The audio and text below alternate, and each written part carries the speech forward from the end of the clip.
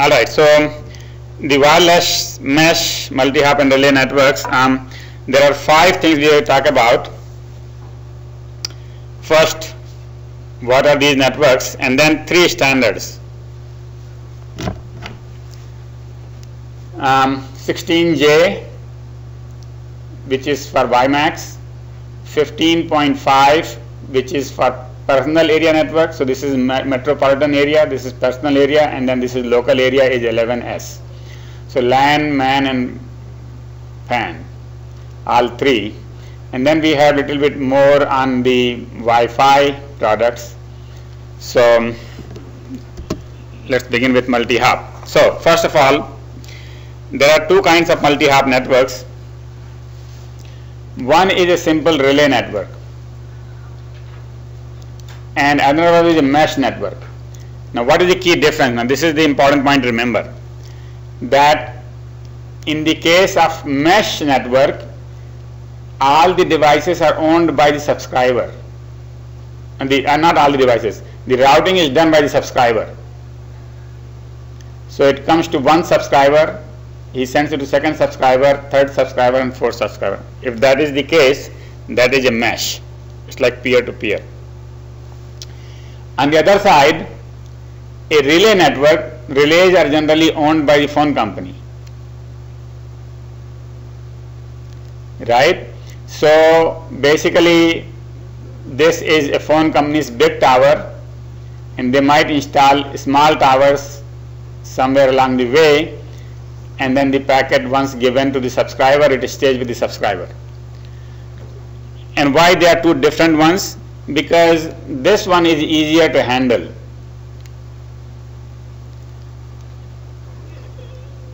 The relays are easier to handle because we know exactly where they are and whom we want to reach and so on and so forth. Here there is more confusion, more dynamics. Alright, so we are going to cover both. So both of them are multi-hop. The reason they are multi-hop is because obviously more than one hop, right? So relay as well as the general mesh. So multi-hop relay networks. So let's first talk about WiMAX kind of thing where we have it. So WiMAX actually has a standard which is actually coming up next later on. But basically, if you want to reach at a very high speed, you cannot be doing it from very long distance. So you reduce the distance by putting a relay.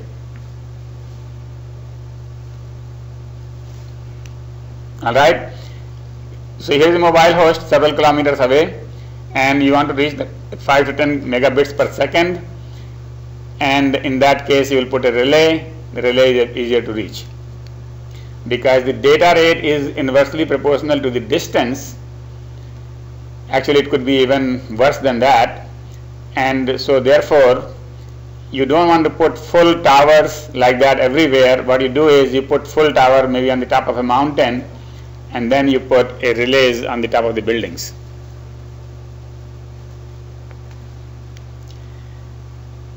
And relays are low cost, low transmit power, and have no connection to the wired infrastructure. So that's another thing. When you have a tower like this, underneath the tower there is a hut, and the hut has a lot of electronics. That's where all the information comes by wire to that place and goes up the tower. In the case of a relay, it's totally wireless. Well, there is a power, I'm sure that power is required, but basically you don't need to find a internet connection or a network connection there. The signal is coming, is received wirelessly and transmitted wirelessly. So it's a repeater. Well, I must correct that, it's not a repeater, because repeater is a physical layer device. If you remember back when we talked about LAN, when repeater is a physical layer device where every bit comes in, every bit goes out. So it's like an amplifier, digital amplifier. But this is not that. It can take a whole packet in and then transmits. It's more like a bridge. Alright, so it's more like a bridge. Alright, so more capacity due to shorter distance and frequency reuse. And so because now we can reuse the frequencies, more capacity, then high capacity and coverage, not absence of infrastructure. Goal is to get high capacity and coverage, and that's what you get. Alright, so the relays, the summary is that the relays help you improve the speed because the distance is shorter, and in one word they are like a bridge. Okay. Alright. And some of the places where you can use relays are in big cities. Suppose you want to reach something over here and the base station is here, there is no way it can reach there because signal is going that way and this way, right? But if you put a relay here, the relay can send it that way. Alright. So in congested areas where they need this, they can put relays as required. Now, relay has to share the resources with the main base. So either it could be if it is transmitting on the same frequency, in that case it would be transmitting at a time when the base is not transmitting, otherwise there will be big confusion. Right, so it has to have time division or frequency division, which means that it could be using a different frequency.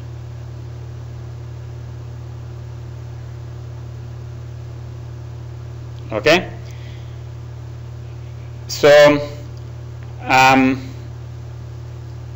it could be concatenated such that this relates to that one and that relates to that one and that goes. So this is what is shown in this diagram here, that it could be multiple hops, more than one hop of relaying.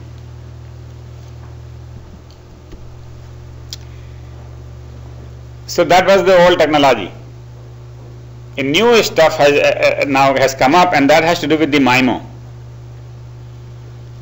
And this is new actually. This is basically less than 5 years old, in the sense that mostly there are papers on this, but I haven't, maybe there are books also now by now, but basically if you put relays, then you can have higher throughput simply by using MIMO. So what it is that you have three towers here and 2 relays there, so there is a 3x2 MIMO. So the total capacity from here to there is not what it would have been if it was just one relay, right? And then these 2 relays can act as a MIMO for this, and these 3 relays can act as a MIMO for that. So with that MIMO it can get much better throughput. Alright, so even though these might be directly accessible, one relay might be enough, but we have put 3 relays simply to increase the throughput.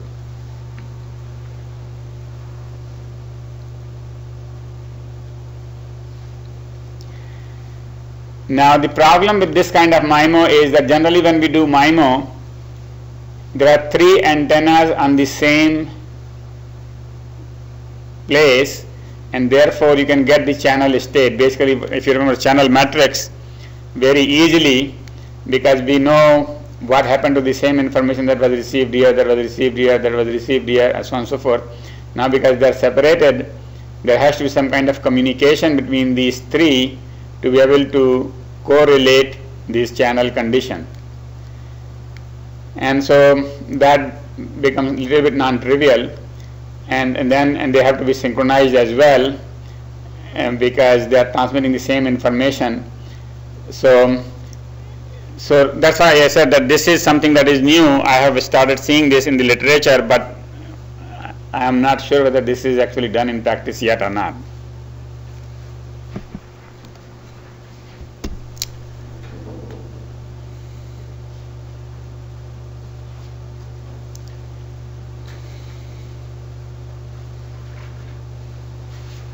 So there is a technology called iCAR, Integrated Cellular Ad Hoc Relaying System. And with that, what happens is whenever the cellular phone companies find that they have too much congestion in some area, they can put a relay, and with that relay the traffic can go to nearby towers. So for example, here this cell phone normally belongs to this tower, left tower. However, that left tower is very congested. So with the help of this relay, this area is now covered by the right tower. Okay, and so I mean, if in Manhattan or downtown St. Louis or anywhere place where there is a lot of congestion, they already have the tower and they can just put a relay, which is much easier to put. They can start diverting some traffic. Any questions so far?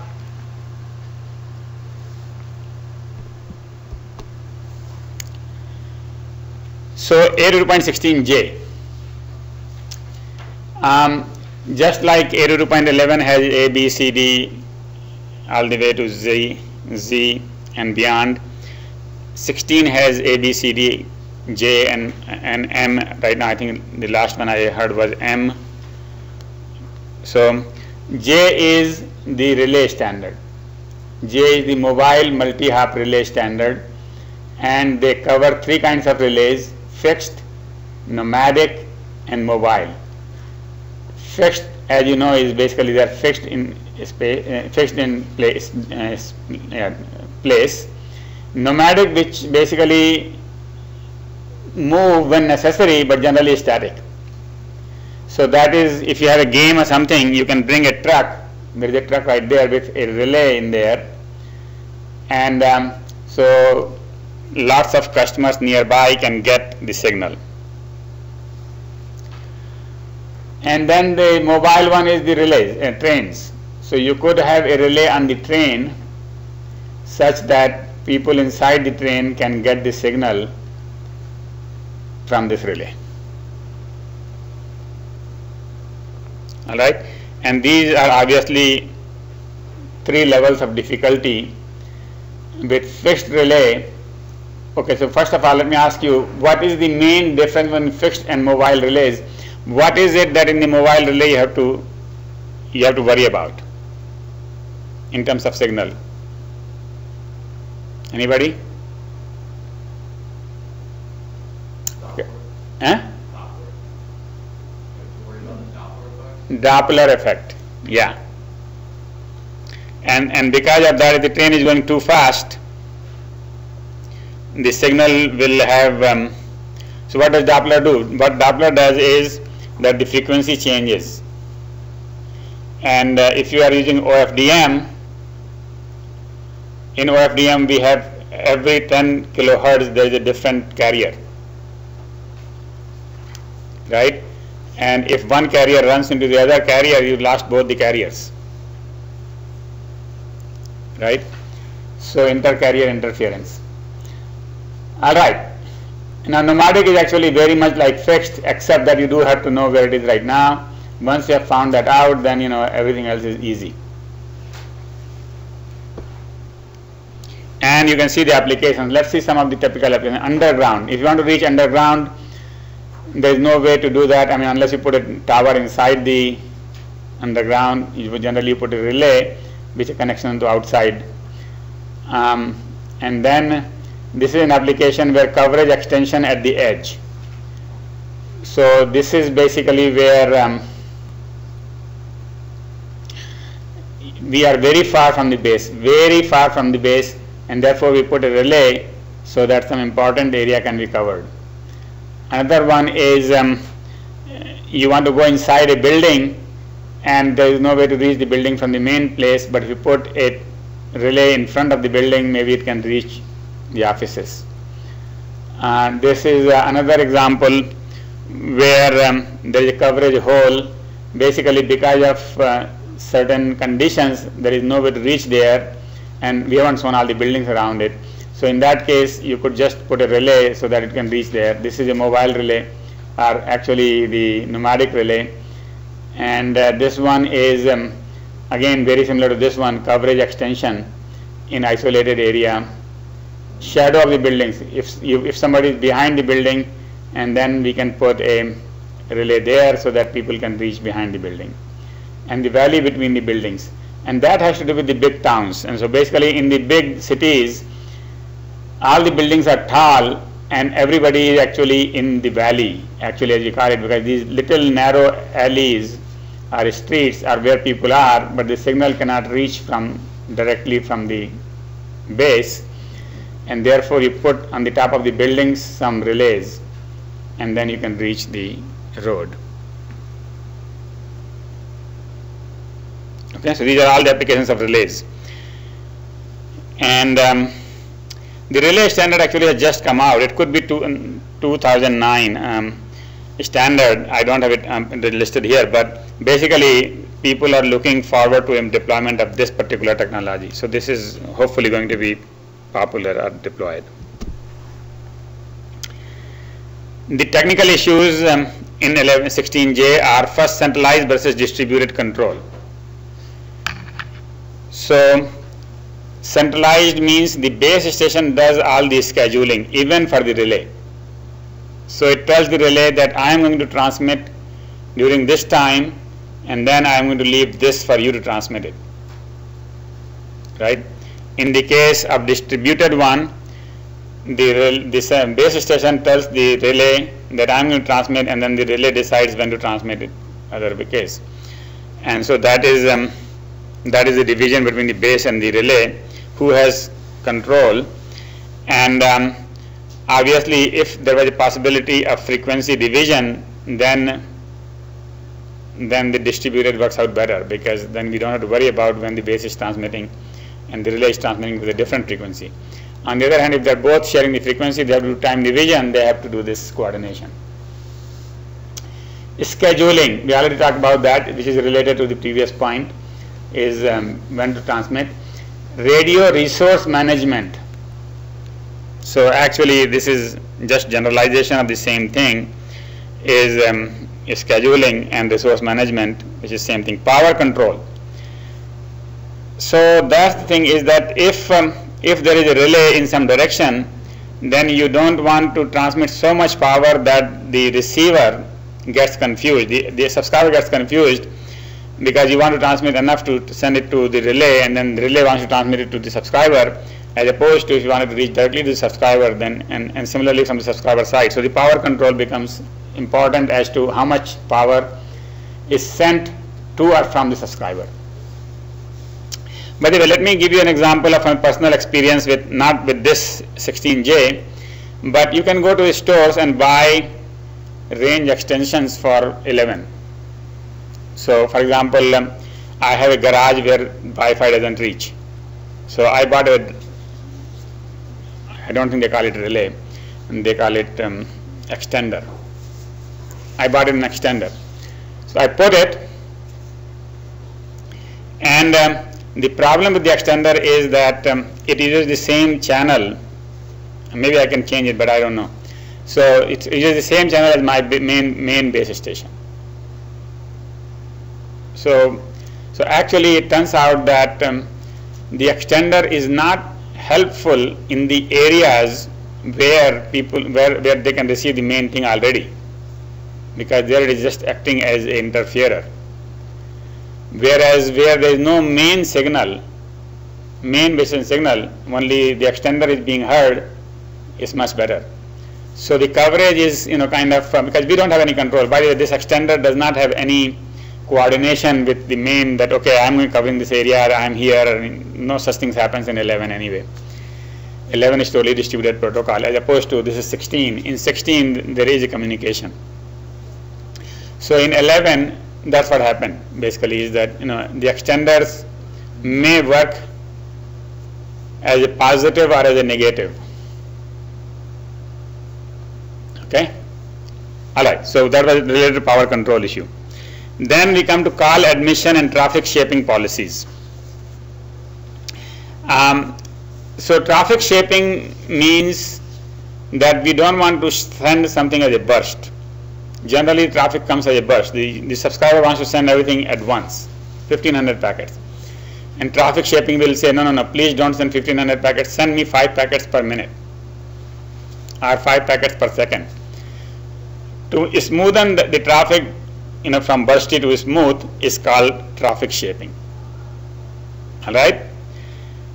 And an example of traffic shaping is on the highways. Sometimes they put green light at the entrance, and only one car can go in when the light is green. Has anybody seen that light?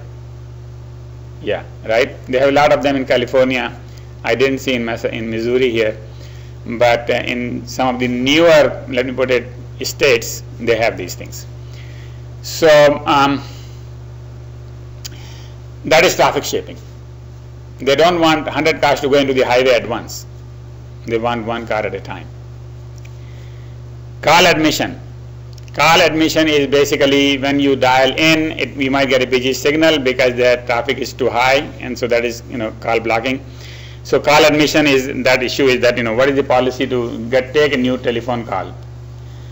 QoS, network wide load balancing, and then because many of these packets require quality of service, such as if it is a voice call, we cannot delay it, we cannot buffer it for too long.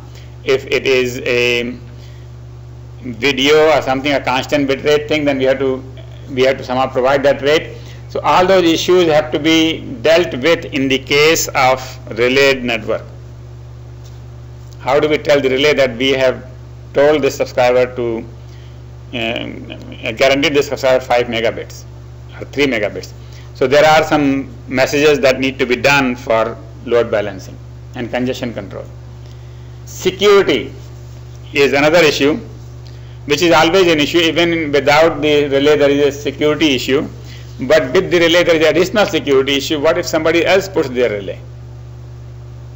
So now the relay has to be authenticated. Without the relay, you have to authenticate the subscriber, and the subscriber has to authenticate the base station. With the relay, now we have a 3-way authentication. Subscriber has to authenticate the relay, relay has to authenticate to the base station has to authenticate the relay, and so on and so forth, right? Management is same thing. Basically, we have to manage the relay. Routing is not an issue. Why routing is not an issue?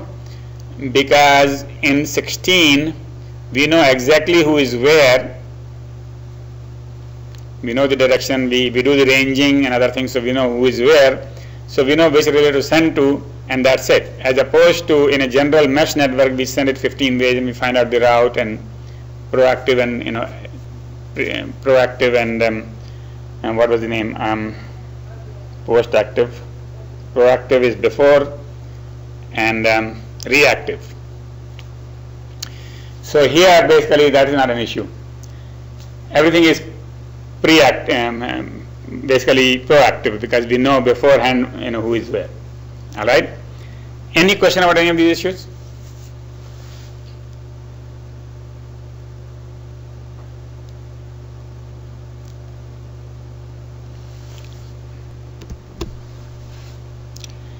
So to summarize this,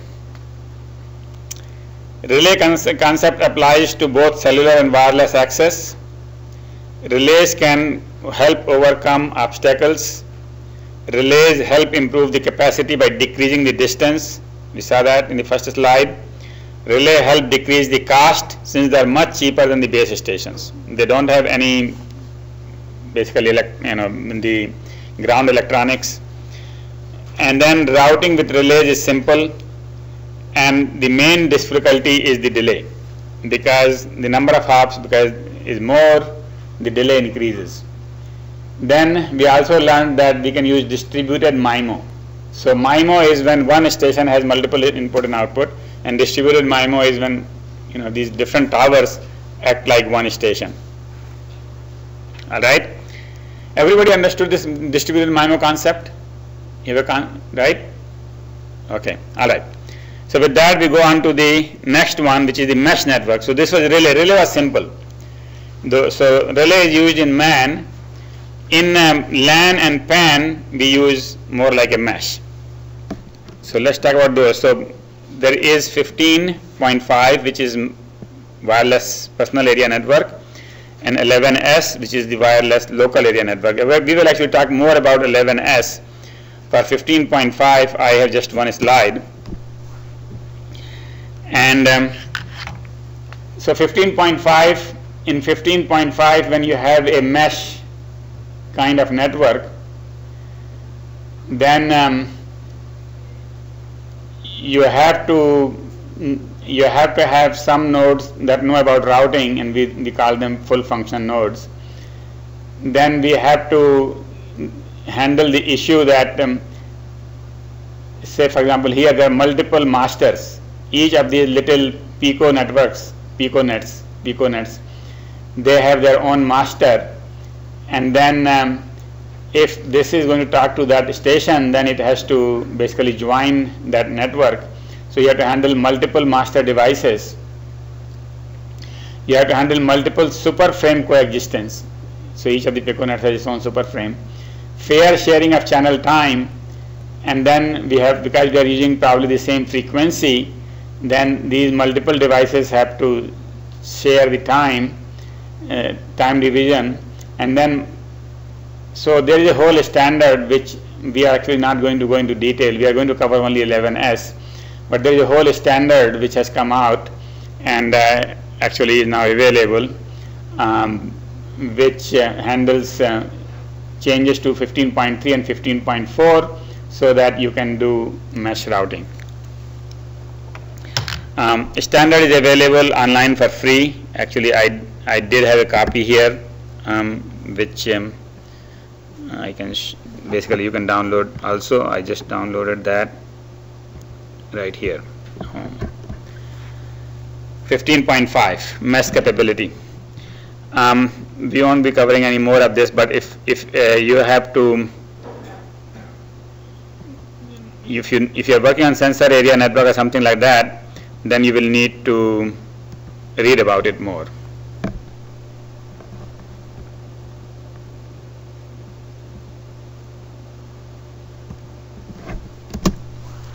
So we go to 11S. So 11S is a mesh network, and it is very much used. The very first application is the municipal networks. So what is municipal network? Basically, many towns are providing either free or very low cost internet access to all their residents. So they have put a Wi-Fi base station on every light pole, right? And so you go on the street or you go into any house, you have Wi-Fi access. And so that is done using a mesh network. Okay. Second application is enterprise campus. So if you have a campus in which you have multiple buildings,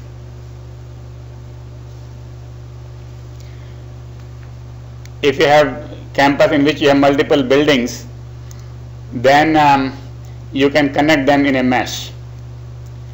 Emergency response. I think we talked about this earlier, but when you have emergency situations such as fire truck or something like that, they need to communicate, and obviously the communication, the regular infrastructure may not be working, and therefore you can reach by the mesh. And this communication could be just the fire truck to police car or something like that, or it could be from fire truck to the home office, either way. All right, and then in some communities, people have joined hands to form a community network themselves. So this is not by the municipality, but the users themselves. And so one person may have a DSL service, and everybody else can share it with wireless. Okay, so that is a community network.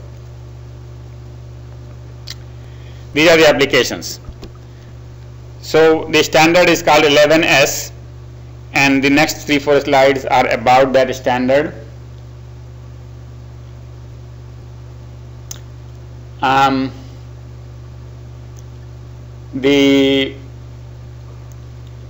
Basically the stations are of 3 types or 4 types. First is STA. STA is a simple station. It can only talk to the base and nothing else. Then there is a mesh point.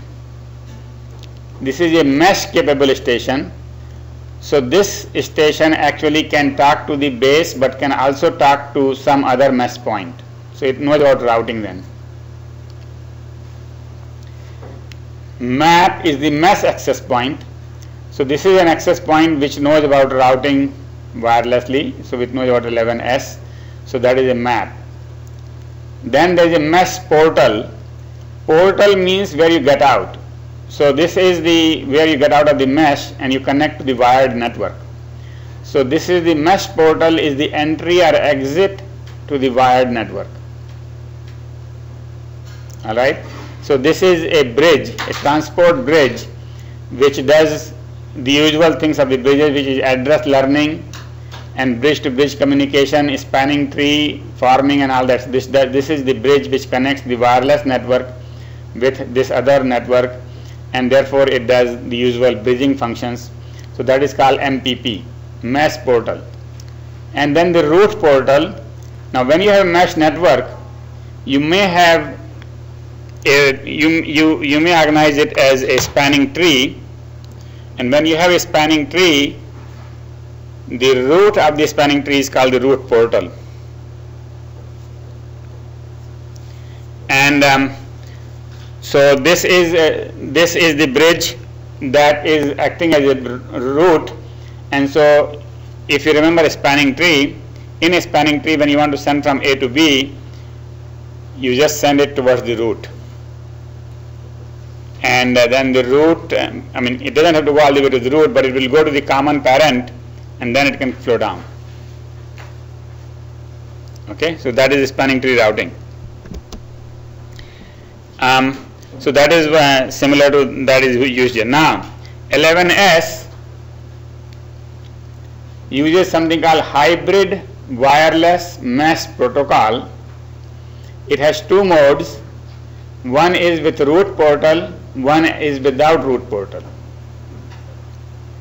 With root portal, you have already organized yourself or the whole network as a tree, a spanning tree, and therefore the routing becomes simpler. Without a root portal, it's a mesh, MESS. All right, it's a mesh. Without root portal, how you find the route? Well, again, there are two protocols which are extensions of AODV and OLSR. So when we talked about the ad hoc networks, we mentioned AODV, which was distance vector routing, and we talked about OLSR, which was link state routing. So there is an extension of these for 11S. The extension for AODV is called RMAODV. The extension for OLSR is called RA OLSR. So RMAODV is radiometric AODV. Basically is a distance vector where you measure the cost of each hop by the amount of air time consumed per packet transmission. And so that might relate to the speed of the link. For example, if this link speed is very high, then the air time is very low. If the link speed is low, then the air time is high, and so on and so forth. So that is just an extension of AODV. Then the radio over OLSR is basically in this the frequency of the LS forwarding is reduced with hops. So in the link state, you have to flood your connections to the whole world. Remember, link state means you tell about your neighbors to the whole world, right? So everything is flooded, but in this case the flooding is reduced as you go more hops. So first hop everybody will know, second hop maybe everybody will know, maybe up to 2 or 3 hops everybody will know, but after 4 or 5 hops people may not know you, and it might be okay. So that's what it is called radio aware OLSR path selection protocol. It's also called fish eye state routing, And the fish eye is that fish eye can see only so much, and after that it cannot see anything. After that everything is, because when the fish is swimming in water, the things are cloudy after a while.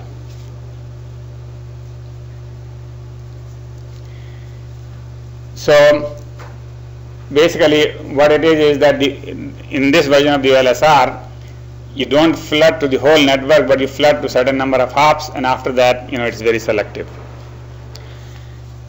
And then with root portal, if you have a root portal, then all you do is select the root, and then if you don't know something, you just send it towards the root, and it will find its direction. So it's proactive. And actually we have some examples of this coming up. Now all stations use a single control channel, and the stations dynamically select data channels. So now in 11 we have multiple channels, and we can use two different channels. We can use channel 6, channel 11, channel 1, or something like that, but we use two different channels, one for control, one for data. So everybody uses the same channel for control. Alright, control are the messages that are required for sending the data, and the data are the messages which are sent by the user, right? So the control has to be common. And on the common control channel, we announce RTX, CTX, that I want to transmit, that you are clear to send. And then in this RTX, in the previous RTX, all we said was I want to transmit 15 millisecond, something like that, right? Here we say I want to transmit 15 millisecond on channel 11. Alright, so this is why it is called RTX, extended request to transmit, and CTX is clear to transmit, as opposed to RTS and CTS. So here are some examples of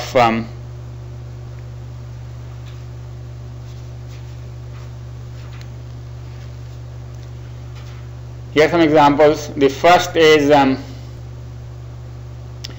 we want to send a packet from 4 to 9. Alright, and in this case 4 doesn't know the route to 9, and it doesn't have what we call a root portal. So there is no root, there is no tree. In this case 4 will simply send a route request, RREC, route request. In the route request it will say, does somebody know how to reach 9? In that case either 7 or 9, actually, if nothing else, 9 will say, yep, you can come this way. So the message will go from 4 to all the directions, and finally when it reaches 9, the 9 will say, here is my route reply, right? Similarly for X, now X is not a wireless node. So what happens is 4 says, does anybody know the route to X? The request will go all over the network, but this is the shortest path, so this one will go there first. The very first one will pass this 1, and the 1 will send the response back, because this guy doesn't know 11S. X doesn't know 11S. X is not a wireless station. So basically the message never reaches there. At least the route request doesn't reach there. The route request is handled by MPP. Now MPP in this case is not a root portal or anything. It is just the mesh point portal, right? So it is a bridge to the wired networks, and therefore it will respond on behalf of all the wired nodes and say, yep. So it will say basically, okay, the way it says is 4 sends the request and nobody responds, and therefore 4 sends it to MPP1, and then MPP1 will realize that this is in this forwarding database and send it to that one. Okay. Another example is when the 4 sends it to MPP1, okay, so that's we already said, MPP1 sends it to X, and this is an example of a root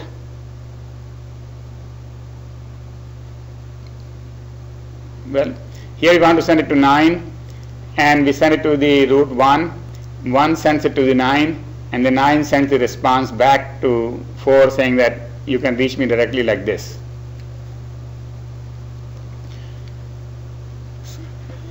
Forwards, when one MBP sends to 9, 9 is, okay, so in this case actually the problem is slightly different than what I said. The 9 receives the request, 9 receives the packet, but it doesn't know the route, so it issues a route request. So 9 issues a route request, and then the 4 sends the route response. Because the route request comes directly, the route response goes that way, even though the original packet might have gone that way. In this one I don't know why actually 9 could not just use MPP1, but when 4 uses MP1 and 9 could use MPP1 as well, but for some reason it sends a request, it floods a request. Anyway, that basically ends our discussion on the mesh protocols. There are lots of products which are now listed here. In particular, there are freeware there is a freeware software, and many of you who actually, if any of you who has to do any research in any of these mesh or sensor or any of these networks, they may want to know about these things. So I have put a list here. So there is a freeware from locustworld.com which allows you to do mesh access point. In fact, many of the cities who are implementing wireless mesh, Wi-Fi mesh, use this software. Allows computers to act as wireless routers, uses AODV protocol, and the problem of false distance vectors, because not everything is authenticated. Mesh box, so then they have a product. Well, the software is free, but if you don't want to do anything, then they sell you a hardware product, which is the complete hardware software package, and then they have Mesh Box 2, which uses 2 Wi-Fi radio modules, and so the successive routers could. So in that case, you could put on a series of poles, so that you use one channel here, another channel over there, another channel over there. So here I think successive routers could share a channel. For example, 1 and 2 are used in this router. The next pole could use 2 and 3. And the next could use 3 and 1, and so on and so forth. So this is just basically frequency reuse. Firetried Networks has has a product called Hotport, which uses 4.9 gigahertz public safety. So this is designed for emergency applications. They have indoor mesh node, outdoor mesh node, and they use the MANET protocol from IETF, and in particular they use topology broadcast based reverse path forwarding. So we discussed MANET, however we did not discuss this particular protocol. We discussed the 2 other ones which were AODV. We actually discussed 3 of them. We discussed AODV, and we discussed DSR and OLSR. There is a 4th one which is this one, TBRPF. Motorola has its Tropos has Packet per Hop, Mesh Dynamics, Sky Pilot, Proxim, Nortel, and Wave Wireless. I'm just going to read the names. So basically there are plenty of such products available, and mostly used either in the emergency situations or in the municipality situations. Now, I must say one sentence about the municipality thing is that the municipality fever has gone down for 2 reasons. 5 years ago, there was all the municipality wanted to have this kind of thing, where they wanted to have free Wi-Fi for all the subscribers in the city. However, all the telephone companies sued the municipality that they cannot do communication which the phone companies have license for. And phone companies have some kind of right, not license, right to provide communication facilities, and so the cities cannot compete with them. And a classic case was Philadelphia. Philadelphia basically I don't know whether they lost the case or something happened in the Supreme Court or something like that, but Philadelphia made an agreement that there would be an exception, and so the city can handle everywhere else in the whole United States. Now, not the city, the telephone company, AT&T, Verizon, they can do communication all over, except in Philadelphia they made an exception for the city of Philadelphia. And so now maybe that is the legal reason, that's why it is not happening that much. And second thing is just the whole business problem. In the cities where it was already deployed before, while cities can do the deployment, but they cannot do the management and maintenance. And so for maintenance you do need real people, real billing, real cost, and so on and so forth. And so finally the cities have given up. So the city mesh networks are on the decline. Having said that, that's the end of the lecture today. It's kind of short lecture. Here are the 4 key points. First is multi-hop relay, which is a very special case of mesh. Mesh is a special case of ad hoc, and the multi-hop relay is a special case of mesh network. We use relays for coverage extension and throughput enhancement. Now, does anybody remember what is the difference between the relay and the general mesh? Yeah? Mesh uses subscriber routing. Good point. So mesh is subscribers do the forwarding and routing. In the case of relay networks, the subscribers don't do any forwarding and routing. Right? So who owns the relays? Who owns the relays? The Carrier, right. So 16J is a relay standard.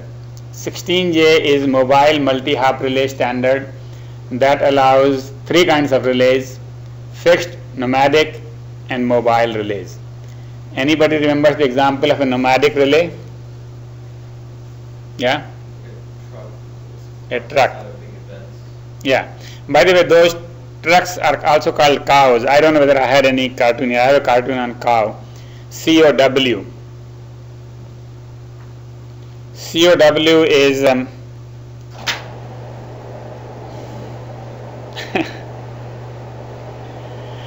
okay. COW is cell tower on wheels. I think that is what it stands for, COW. So whenever they need a special thing, they just take it. They take a cow there.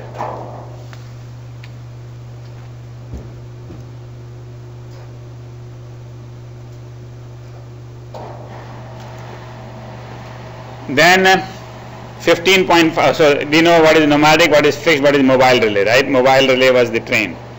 15.5 is the personal area network mesh,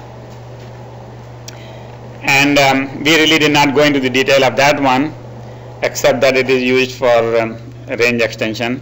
And 11S is the mesh network, and for that we talked about several things, including the fact that there is a version of AODB and OLSR that is designed for 11S. And then you could also have proactive routing using a spanning tree. Right? Alright. I have put all the Wikipedia pages which are there. Please, you have to read all of these. And then if you can find these books that have chapters on wireless mesh networks. There is a whole book on wireless mesh networks. Actually, I am not sure that, well, you can't see it, but on your handout, wireless mesh, there is a whole book which is, it's not very good, but if you ever have to worry about this survey is good, you can read the survey and you can download it from the indicated URL. List of acronyms. So that is all we have for today. Any question?